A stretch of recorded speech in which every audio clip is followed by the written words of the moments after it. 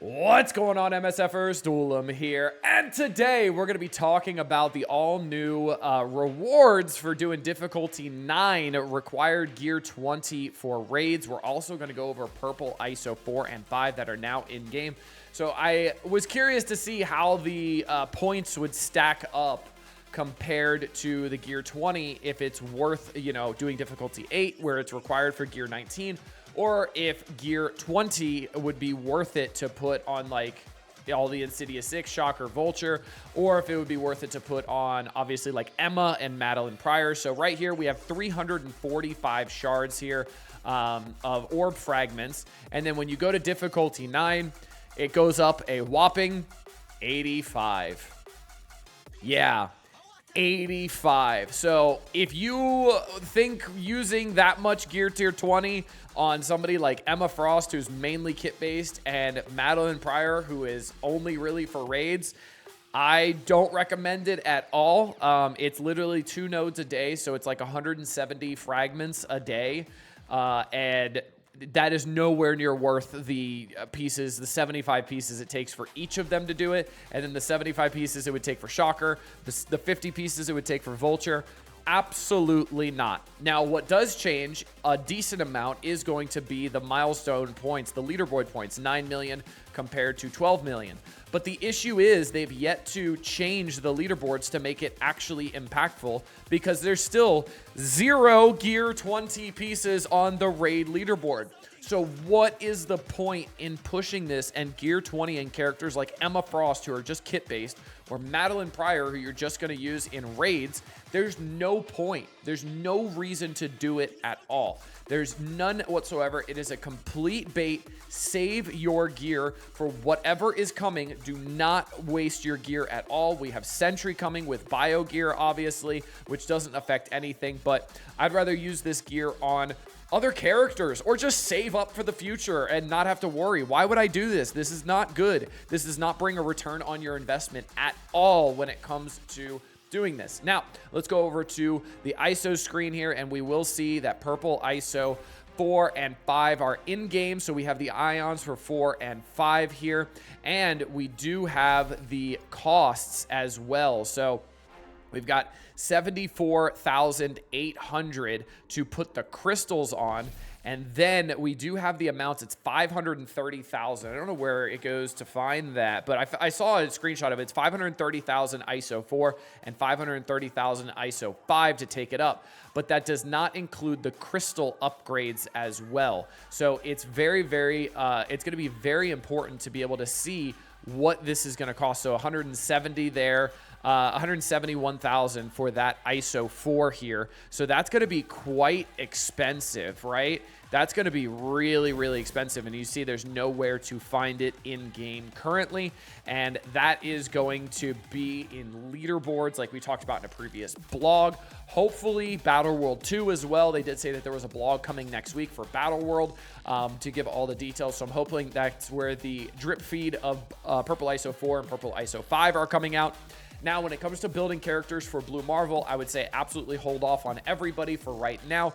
Just make sure you have a good even amount of crystals. And what you can do now is start hoarding those crystals so you have enough. Because remember, going to ISO 4 is 27 crystals, and then going to ISO 5 is 81 crystals. So making sure you get a lot of those. I think the orbs are here, right? So I have a lot of these orbs. I'm going to save these orbs and just wait until I need whichever class I need the most. Technically, I have 500 of everything, but I'll just wait because if I open 10 of these, then I'm losing 10 of those. So I'll just wait to see which class I'm going to be taking the most of, and then open up as needed and kind of hold off from there. But there's really no need to really push for this, because this is something that you can hold off on. They're not getting rid of this. You can hold off on this and make sure you have the right crystals for the teams that you need.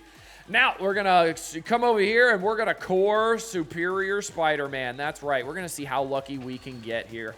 I am coring him because he's going to have Crucible uses, as well as I can finish the raid team as well, so that's great. So I do want to finish that raid team off so I can do those extra nodes, the bonus nodes, and not have any issues. So let's see what we got here. Let's see how lucky we can get. That's orb number 1. We're going to see how many it takes. A 6 drop right away, not the best. We also are getting the Broken King milestones as well for spending cores, so that's kind of cool for the command center.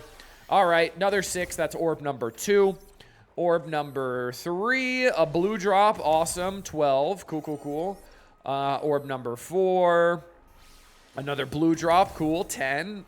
Boosting that average a little bit. Orb number 5. All right, 6. Orb number 6. I should have done Seed Theory, shouldn't I have?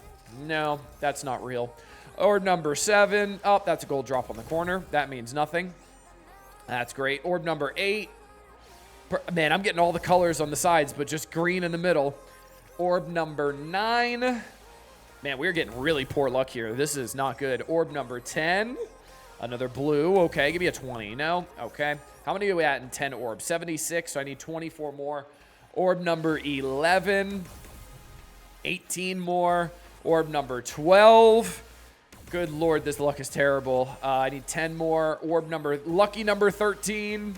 Nope, it's going to make me open up one more because I'm at 96. Yeah, I'm going to open up one more.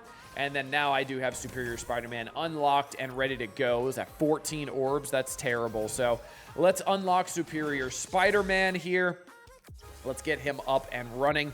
I am going to take him up to gear tier 20 as well because I do think he's worth it. I think he is worth it, and I think actually Hobgoblin's worth it as well. I took him to gear 20 for that event recently, and I did get top 1,000 in that event because I had a lot of energy saved up. So tech gear here, I have 161 of this one, 156 of this one. So this will still be at a decent number. I'll still have enough for one more character if anything else changes, but I could start farming that back up and be right back up to my baseline of 150 of each piece, making sure I am good to go.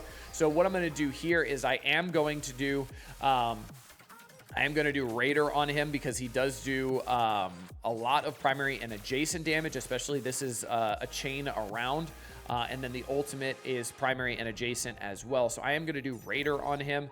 You could do Striker. It kind of depends if the Striker attack gives the extra energy in raids or not.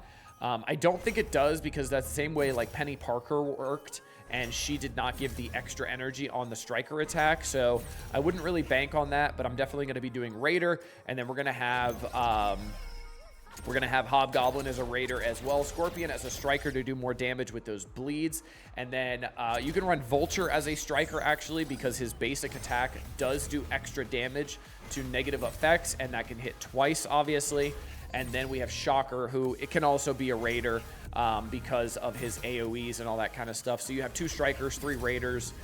Pretty simple team. But yeah, taking him up all the way to purple ISO. We can do 4 now, but obviously we don't have the purple ISO for that.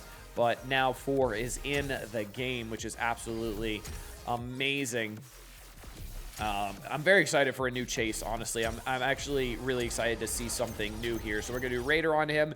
And then for the T4s, we are going to do probably all of them just because Crucible and also T4s are just a non-event here. This does give energy to Self and Sinister Six allies, so we're absolutely going to do that one for raids.